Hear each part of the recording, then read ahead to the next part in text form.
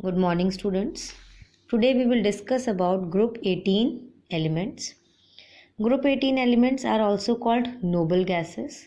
Now group 18 elements comprises of helium, neon, argon, krypton, xenon. Now these are also known as noble gases. Why they are called noble gases? Because their general electronic configuration, if we take a look at the general electronic configuration, it is ns2np6 except for helium, where the electronic configuration is 1s2. Neon it will be 2s2 2p6, 3s2 3p6. तो general electronic configuration क्या है? That they have fully filled s orbital, fully filled p orbital. मतलब कि ये stable है. क्योंकि ये stable है, ये किसी के साथ आसानी से रिएक्ट नहीं करेगा. क्योंकि ये किसी के साथ रिएक्ट नहीं करेगा तो ये नोबल गैस है. Clear? Now since they have a stable electronic configuration, they have a very high ionisation enthalpy. Stable है कॉन्फ़िगरेशन, इलेक्ट्रॉन लूज नहीं करेगा, भी ऑलरेडी स्टेबल है, इलेक्ट्रॉन लूज करने की ज़रूरत ही नहीं है.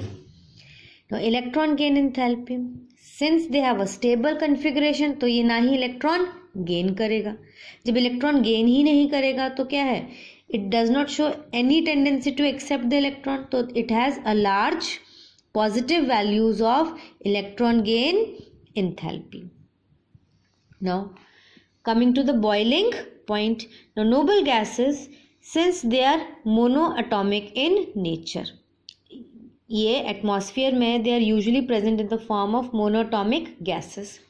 अब मोनोटॉमिक गैसेस के फॉर्म में प्रेजेंट हैं तो इनके बीच में जो आपस में जो फोर्सेस हैं वो सिंपल वीक फोर्सेस हैं, डिस्पर्शन फोर्सेस हैं जो बहुत ही ज़्यादा वीक होती हैं. तो इनका जो बॉइलिंग पॉइंट होता है वो बहुत ज़्यादा लो होता है, and because of that low boiling point they can be easily liquefied at a very low temperature.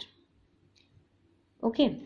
Now coming to the chemical properties, since they have a stable configuration, they are least reactive. Again reason, because of their electronic configuration which is ns2 np6 fully filled configuration, they are least reactive.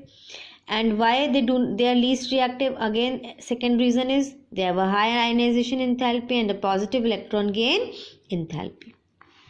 Now in 1962 scientist थे जिनका नाम था नील Bartlett. उन्होंने एक compound prepare किया O2 plus PTF6. It is a complex compound जिसमें उन्होंने platinum का एक कॉम्प्लेक्स कंपाउंड बनाया और उन्होंने देखा कि जो यहाँ पे जो ऑक्सीजन है उसकी जो फर्स्ट आयनाइजेशन एंथैल्पी है, ठीक है, वो बिल्कुल लगभग सेम है आयनाइजेशन एंथैल्पी ऑफ ज़ेनॉन की. तो उन्होंने सोचा कि जब ऐसा कंपाउंड एक बन सकता है तो एक ज़ेनॉन का कंपाउंड भी बन सकता है, क्योंकि ऑक्सीजन की और ज़ेनॉन की जो फर्स्ट आयनाइजेशन एंथैल्पी है वो सेम है. तो उन्होंने एक्सपेरिमेंट्स किया and finally he was successful in preparing a compound like this. फिर उसके बाद काफ़ी सारे एक्सपेरिमेंट्स किए गए और we got some compounds of xenon. So first we will discuss xenon fluoride compounds. Now xenon fluoride compounds basically जो हम discuss करते हैं 3 तरीके के, difluoride, tetrafluoride, hexafluoride. And now these are prepared by direct reactions under suitable conditions. Now excess of xenon combines with fluorine. Temperature देखो और pressure देखो, 673 Kelvin and 1 bar. We get XeF2. Xenon and fluorine the ratio 1:5. Pressure is 7 bar. Temperature is 873. We get XeF4. जब यहाँ पे हम इनका ratio ले लेते हैं 1:20 और प्रेशर बहुत ज़्यादा हाई है, we get XeF6. Okay. Now xenon oxygen compounds जो हैं वो हमें मिलते हैं by the hydrolysis of XeF4 and X. Now coming to the preparation of xenon oxygen compounds. Now hydrolysis of XeF4 and XeF6 they give xenon trioxide. अब XeF4 का hydrolysis जब हम करेंगे we get XeO3, hexafluoride का hydrolysis करते हैं वहाँ पे भी हमें XeO3 मिल जाता है. You have to basically remember these reactions. Now, when partial hydrolysis of hexafluoride is done, then we get oxyfluorides. For example, जब हम 1 वाटर मॉलिक्यूल के साथ हाइड्रोलिसिस करेंगे इसका partially, we get XeOF4. When we hydrolyze XeF6 by 2 water molecules, we get XeO2F2. Now we will discuss the structure of xenon fluorides. Now the structure of xenon fluorides, they can be explained on the basis of VSEPR theory. So let us first discuss the structure of XeF2, that is xenon difluoride. Now xenon, the configuration in ground state is 5s2 5p6. हमने इसको fill कर दिया. 5d orbital कैसा है? Vacant है. अब हम इसका एक्साइटेड स्टेट बनाएंगे. फर्स्ट एक्साइटेड स्टेट में क्या होगा? ये जो इलेक्ट्रॉन है एक्साइट होके कहाँ चला जाएगा? d ऑर्बिटल में. तो क्या बनेगा हमारे पास? 1 2 3 4 5. यहाँ का जो एक इलेक्ट्रॉन है वो इधर चला गया. नाउ हाइब्रिडाइजेशन कराओ. क्या हाइब्रिडाइजेशन हो गया यहाँ पे आपका? Here we will have sp3 डिहाइब्रिडाइजेशन. अब sp3 हाइब्रिडाइजेशन हो रही है. कितने लोन पेयर हो गए? 3 लोन पेयर. यहाँ पे एक F जुड़ेगा, एक F यहाँ से जुड़ेगा. ठीक है, 3 लोन पेयर हैं और 2 बॉन्ड पेयर हैं. यूजुअली sp3d हाइब्रिडाइजेशन में स्ट्रक्चर हमारा कैसा होता है? Trigonal bipyramidal. इस टाइप का होता है ना. एक इधर, तो यहाँ पे ये 3 तो हमने ये लोन पेयर बना दिए जो इक्वेटोरियल बॉन्ड बनते हैं, और ये हमने यहाँ पे बना दिया एक F और एक F. तो ऐसी जो ज्योमेट्री हो गई उसका शेप हो गया लीनियर. ओके. अगर हम इसका सेकेंड एक्साइटेड स्टेट करें, मतलब एक इलेक्ट्रॉन को यहाँ से एक्साइट करके इधर ले आए, तो यहाँ पे आ जाएगा आपका 1 2 3, ये हो गया 4.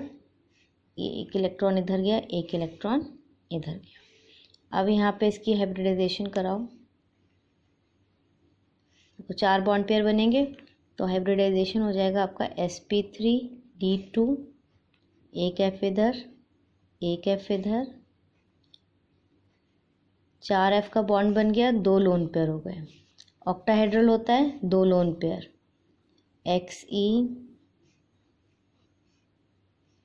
F F F F, 2 lone pair. Square planar.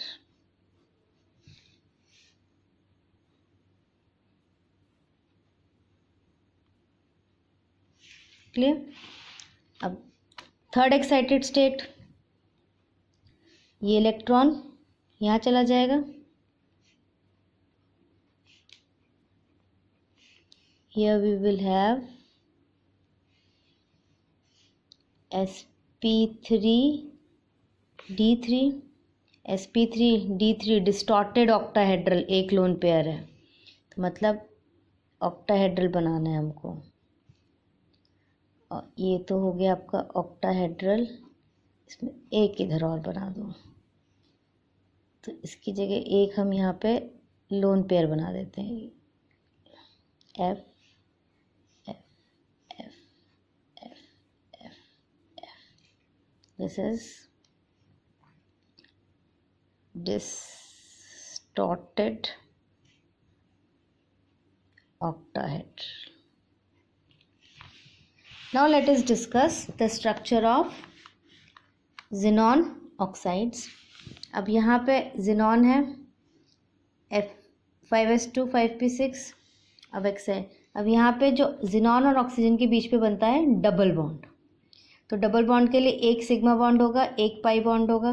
ठीक है, तो यहाँ पे हम इसको एक्साइट करेंगे तो हमें बेसिकली डबल बॉन्ड बनेंगे, तो यहाँ पे हमें 6 बॉन्ड बनाने पड़ेंगे. तो हमें 6 खाली वो चाहिए, ऑर्बिटल चाहिए जो एक एक इलेक्ट्रॉन हो. तो इन तीनों में से 3 इलेक्ट्रॉन एक्साइट होंगे. इसको हम एज इट इज लिखेंगे 1 2 3, ये हो जाएगा. ठीक है. अब देखो सिग्मा बॉन्ड तो 3 से ही बनेगा ना, तो हाइब्रिडाइजेशन हो गई sp3, सिग्मा बॉन्ड, एक यहाँ से बनेगा ये पाई बॉन्ड और ये सिग्मा बन जाएगा ना, डबल बॉन्ड तभी बनेगा। तो अब देखो sp3 हाइब्रिडाइजेशन है, एक लोन पेयर है ना, sp3 लोन पेयर अमोनिया के जैसा, डबल बॉन्ड पिरामिड।